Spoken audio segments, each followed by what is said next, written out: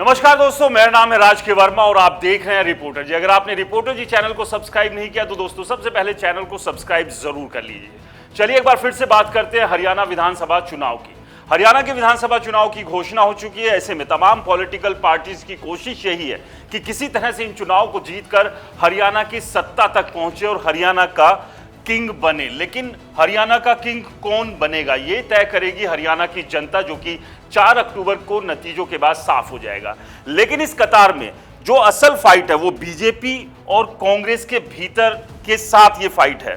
भीतर तो खैर कांग्रेस की गुटबाजी चल रही है और बीजेपी का भी हाल कुछ इसी तरह का है। लेकिन आम आदमी पार्टी की बात करें, जेजेपी की बात करें और आईएनएलडी की बात करें तो ये कहां पर खड़े हुए। और सबसे बड़ी बात, सट्टा बाजार का आंकलन जो है वो हरियाणा को लेकर क्या है, कौन इस तख्त पर, इस सिंहासन पर, जो कि हरियाणा की सत्ता का सबसे बड़ा सिंहासन है, तख्त है, इस पर कौन सी पार्टी का मुख्यमंत्री बनकर बैठेगा। ये सवाल अब सभी के जहन में है कि क्या बीजेपी तीसरी बार सरकार रिपीट करने जा रही है या फिर कांग्रेस जो 10 साल से सत्ता से बाहर है वो एक बार फिर से वापसी कर सकती है। तो सट्टा बाजार क्या कहता है, आपको बता दें कि इस सट्टा बाजार के आंकलन की पुष्टि रिपोर्टर जी नहीं करता है। ये सट्टा बाजार का आंकलन है और जिस तरह से चुनाव अब धीरे धीरे आगे बढ़ेगा ये आंकड़े भी बदलते जाएंगे। लेकिन आज के हालात किस तरह के, आज की स्थिति में सट्टा बाजार में कौन सी पॉलिटिकल पार्टी सबसे ज्यादा फेवरेट है, बीजेपी है या फिर कांग्रेस है, दोनों में से किसका मुख्यमंत्री यहां पर बैठने वाला है। क्योंकि बाकी दलों की अगर बात करें, देखिए किसी भी दल के लिए ये कह देना कि नहीं ये हार रहे हैं या यहां तक नहीं पहुंच रहे हैं, ये एक तरह से इनके साथ अन्याय होगा। लेकिन राजनीति में एक बात और भी देखने और समझने वाली है कि असल में अब फाइट हरियाणा में किसके बीच चल रही है और ये सभी को पता है कि ये फाइट इन दोनों पार्टियों के भीतर है। बाकी दलों के लिए आम आदमी पार्टी की बात करें तो अपना खाता खोलना एक बड़ा चैलेंज होगा और कोशिश यही आम आदमी पार्टी की कि दिल्ली, पंजाब और कई दूसरे स्टेट में, क्योंकि दिल्ली पंजाब में सरकार है आम आदमी पार्टी की और कई स्टेट्स में विधायक से लेकर सांसद भी है, तो ऐसे में आम आदमी पार्टी हरियाणा को भी अब टारगेट कर रही है। जेजेपी ने 2019 में 10 सीटें हासिल की थी, तो क्या अपने उस परफॉर्मेंस को जेजेपी एक बार फिर से दोहरा पाने में कामयाब होगी, जिसकी फिलहाल अभी संभावनाएं कम दिख रही है। क्योंकि लगातार जेजेपी से जो नेता हैं, उनके जो विधायक हैं, जो पूर्व मंत्री रहे हैं, वो पार्टी छोड़कर जा रहे हैं। आईएनएलडी की बात करें तो आईएनएलडी की स्थिति 2019 के बाद से ही बेहद खराब हो रही है।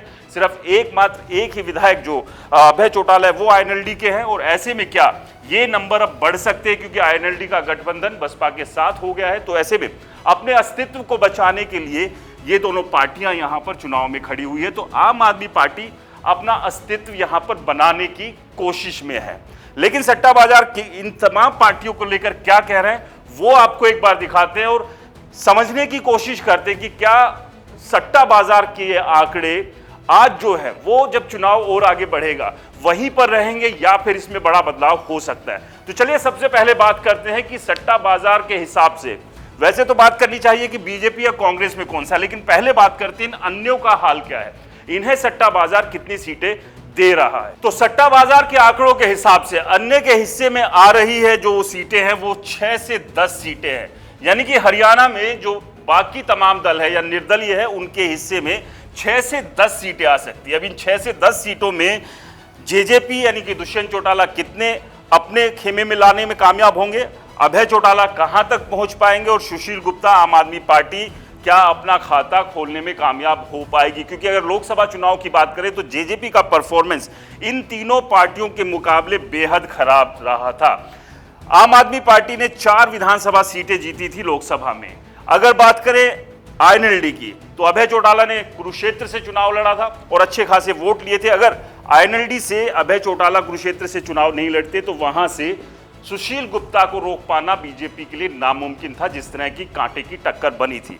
और वहीं अगर बात करें जेजेपी की तो 1% से ज्यादा का भी जो वोट शेयर है उससे भी कम जेजेपी रह गई थी हरियाणा में। तो ऐसे में जेजेपी की हालत लोकसभा चुनाव में कुछ अच्छी नहीं रही थी। तो ऐसे में जेजेपी अब इन 6 से 10 सीटों में से कितनी ले पाने में कामयाब होगी ये अपने आप में बड़ा सवाल है। क्योंकि ना केवल ये तीनों दल इन 6 से 10 सीटों पर फाइट करते नजर आएंगे, बल्कि इसमें निर्दलीय भी काफी है जो कि यहां से वो सीटें निकाल सकते हैं, जो कि इनके खाते से कम हो जाएगी। अब ऐसे में समझते हैं कि बीजेपी कहां खड़ी हुई है, क्योंकि बीजेपी दावा कर रही है लगातार वो हरियाणा में तीसरी बार सरकार बनाने की तरफ जा रही है। लेकिन क्या सट्टा बाजार के अनुसार बीजेपी तीसरी बार सरकार बना पाएगी जो आज के हालात है? तो वो भी आपको दिखाते हैं कि सट्टा बाजार बीजेपी को लेकर क्या कुछ कह रहा है। तो सट्टा बाजार में बीजेपी की कुछ स्थिति ये है। सट्टा बाजार के अनुसार बीजेपी 24 से 26 सीटों पर फिलहाल खड़ी हुई है। ये नंबर कम हुआ है क्योंकि इससे पहले जो सट्टा बाजार दिखा रहा था बीजेपी की सीटें, वो करीब करीब 28 से 30 सीटें थी, यानी कि यहां पर 4 सीटें कम हुई हैं बीजेपी की। यानी कि अब से अगर 15-20 दिन पहले की बात करें तो सट्टा बाजार के अनुसार बीजेपी 28 से 30 सीटें ले रही थी, लेकिन चुनाव की घोषणा के बाद ये सीटें 4 कम हुई है, यानी कि वो आंकड़ा 24 से 26 पर आ गया है। तो क्या हरियाणा में चुनाव जल्दी कराने का नुकसान बीजेपी को यहां हो रहा है? क्योंकि कहीं ना कहीं ये माना जा रहा था कि बीजेपी भी चाह रही है कि जल्द चुनाव हो और ऐसे में जो बाकी पॉलिटिकल पार्टीज हैं उन्हें ज्यादा कुछ तैयारी करने का मौका ना मिले। लेकिन क्या ये दावा या दाव बीजेपी का उल्टा पड़ रहा है? क्योंकि जो सट्टा बाजार कुछ 2-3 सप्ताह पहले ये कह रहा था कि बीजेपी 28 से 30 और बीजेपी को भी लग रहा था कि ये नंबर शायद बढ़ेंगे, वो नंबर अब घटकर 24 से 26 पर आ गए। यानी कि बीजेपी की स्थिति इस बार के विधानसभा चुनाव में सट्टा बाजार के अनुसार ठीक नहीं है। वो अलग बात है कि बीजेपी का अपना दावा है और उसी दावे के दम से बीजेपी ये कह भी रही है कि वो तीसरी बार सरकार बनाने जा रही है। लेकिन फिलहाल के राजनीतिक हालात या समीकरण जो है चुनाव के, उसमें बीजेपी फिलहाल अभी बहुत पीछे है कांग्रेस को, और कांग्रेस के नजदीक आने या कांग्रेस से पार जाने के लिए बीजेपी को बहुत मशक्कत करनी पड़ेगी। यानी कि किसी ऐसे चमत्कार की उम्मीद जो बीजेपी ने मध्य प्रदेश, छत्तीसगढ़ और राजस्थान में करके दिखाया था, पिछले जो चुनाव हुए थे उन्हीं में, अगर वही चमत्कार बीजेपी के साथ इस बार हरियाणा में हो जाता है तो हरियाणा का किंग बीजेपी एक बार फिर से बन सकती है। लेकिन क्या ये चमत्कार होगा? जिस तरह से उन 3 राज्यों में बीजेपी ने एकदम से उलटफेर कर दिया था और उन राज्यों में भी यही कहा जा रहा था कि बीजेपी कहीं भी दूर दूर तक नहीं है। तो यानी कि बीजेपी को सट्टा बाजार जरूर कह रहा है कि बीजेपी फिलहाल हार रही है, 24 से 26 सीटों पर सिमट रही है। लेकिन इस बात को भूलना नहीं होगा तमाम पॉलिटिकल पार्टी को कि बीजेपी आखिर में हारी हुई बाजी को पलटना जानती है। लेकिन क्या इस बार हरियाणा में इस बाजी को बीजेपी पलट पाएगी? यह अपने आप में बड़ा सवाल है। अब बात करते हैं कांग्रेस की कि कांग्रेस की अगर सट्टा बाजार में अन्य और बीजेपी के हिस्से में इतनी ही सीटें हैं तो इससे साफ है कि सरकार सट्टा बाजार के हिसाब से, जो कि आज का आंकलन है, हरियाणा में कांग्रेस बनाती हुई दिखाई दे रही। तो हरियाणा में कांग्रेस की जो स्थिति है सट्टा बाजार के हिसाब से, हम आपको बार बार कह रहे हैं कि ये जो आंकड़े हैं वो सट्टा बाजार के हैं, रिपोर्टर जी के नहीं है। तो कांग्रेस की जो स्थिति है वो 56 से 58 सीटों पर आज के हालात में सट्टा बाजार के हिसाब से खड़ी हुई है। यानी कि जो ये स्थिति है, ये स्थिति ये कहती है कि एक तरफा जीत की तरफ कांग्रेस जा रही है। और जिस तरह से लोकसभा चुनाव के नतीजे रहे थे उसमें से 2019 के मुकाबले में जहां बीजेपी ने 10 की 10 सीटें जीती थी, वहां कांग्रेस ने 5 सीटों में बीजेपी को पछाड़ा था। और 5 पर ही नहीं, 3 ऐसी सीटें थी जहां बेहद नजदीक का मुकाबला था, जिसमें महेंद्रगढ़, भिवानी, गुरुग्राम और कुरुक्षेत्र। यानी कि यहां पर थोड़ा सा जोर कांग्रेस और लगा लेती तो ये तीनों सीटें भी बीजेपी से छीन सकती थी। यानी कि जो 5 सीटें बीजेपी के पास लोकसभा में अभी है वो 2 पर सिमट सकती थी।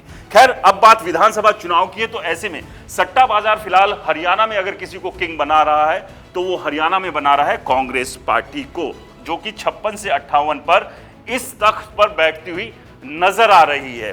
लेकिन अब इसमें एक बड़ा सवाल यह कि अगर कांग्रेस के पास 56 से 58 सीटें आती है तो क्या भूपेंद्र सिंह हुड्डा को कांग्रेस मुख्यमंत्री बनाएगी?